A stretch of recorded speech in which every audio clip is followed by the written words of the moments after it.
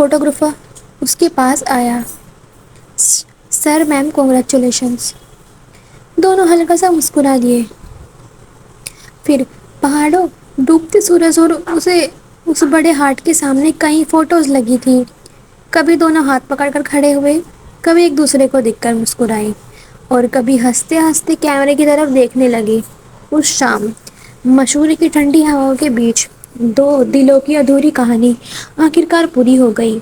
जैसे ही विवान और अमीशा एक दूसरे से अलग हुए, पीछे से अचानक तालियों की आवाज आने लगी। दोनों ने मुड़कर देखा। नैन्सी और आकाश मुस्कुराते हुए उनकी तरफ ही आ रहे थे। नैन्सी तो खुशी से लगभग उछल ही रही थी।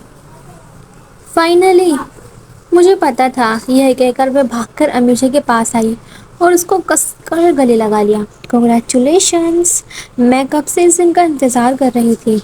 अमीशा शर्माते हुए हंस पड़ी। उधर आकाश भी विवान के पास आया। उसने उसके कंधे पर हाथ मारा और उसे गले लगा लिया। कांग्रेचुलेशंस भाई, आखिर कर ही दिया। विवान भी हंस पड़ा। हाँ यार, आखिरकार, नैन्सी ने तुरंत कहा। अब तो पार्टी बनती है। आकाश भी बोला, बिल्कुल, इतनी बड़ी खुशखबरी और पार्टी नहीं होगी। अमीशा ने हंसते हुए कहा, मुझसे क्यों मांग रहे हो। नैन्सी तुरंत बोली, तो फिर विवान सर देंगे। सबकी नज़र विवान पर चली गई। विवान ने हाथ उठाकर सरेंडर कर दिया। ठीक है, पार्टी मेरी तरफ से। यह सुनते ही नैन्सी खुशी से चिल्ला उठी, यस। कुछ देर बाद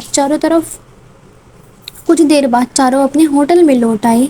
रात तक होटल की रूफटॉप डाइनिंग एरिया में उनके लिए डिनर अरेंज कर दिया गया।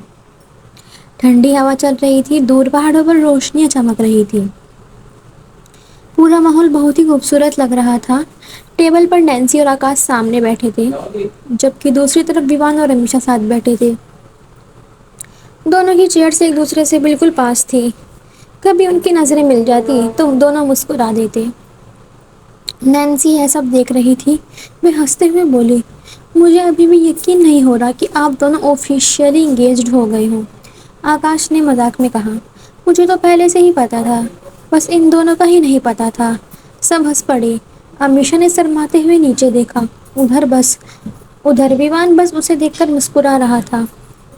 नैन्सी फिर बोली, वैसे सर, प्रपोजल के लिए full marks, heart ring, photographer, सब कुछ प्लानिंग के साथ। विवान हंस पड़ा। काफ़ी दिनों से प्लान कर रहा था। अमीशा ने हैरानी से उसकी तरफ देखा। इतने दिनों से? बस सही वक्त का इंतज़ार था।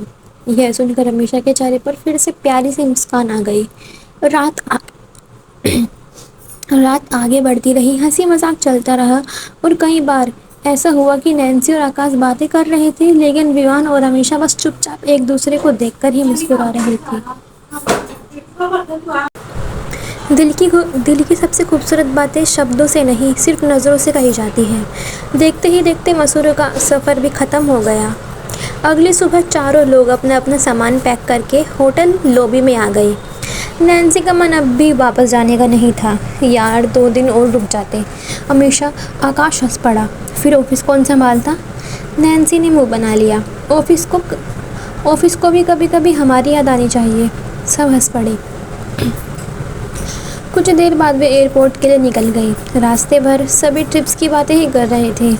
कौन सी जगह सबसे ज़्यादा अच्छी लगी, कौन सी फ़ोटो सबसे ज़्यादा अच्छी आई और किसने सबसे ज़्यादा शॉपिंग की।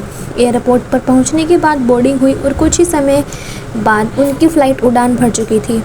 इस बार सफ़र थोड़ा अलग था। नैन्सी और आकाश अपनी बातों में लगे हुए थे, जबकि विवान और अमीशा चुपचाप बैठे थे। लेकिन इस बार उनकी खामोशी पहले जैसी नहीं थी। अब उनके बीच एक रिश्ता था, एक अपनापन था और एक ऐसा भरोसा था जो पहले कभी नहीं था। कभी उनकी नज़रें मिलते तो दोनों मुस्कुरा देते और फिर बिना कुछ कहे खिड़की के बाहर देखने लगते। कुछ घंटे बाद फ़्लाइट उतर गई। सबने अपना अपना सामान लिया और एयरपोर्ट से बाहर निकल आए। वहाँ से सभी अपने अपने घरों की तरफ रवाना हो गई। घर पहुंचकर अमीशा अपने कमरे में आई। उसने अपना बैग एक तरफ रखा और कुछ पल के लिए चुपचाप बिस्तर पर बैठ गई। उसकी नज़र अपनी उंगली में पहनी हुई रिंग पर गई। वह उसे देखने लगी।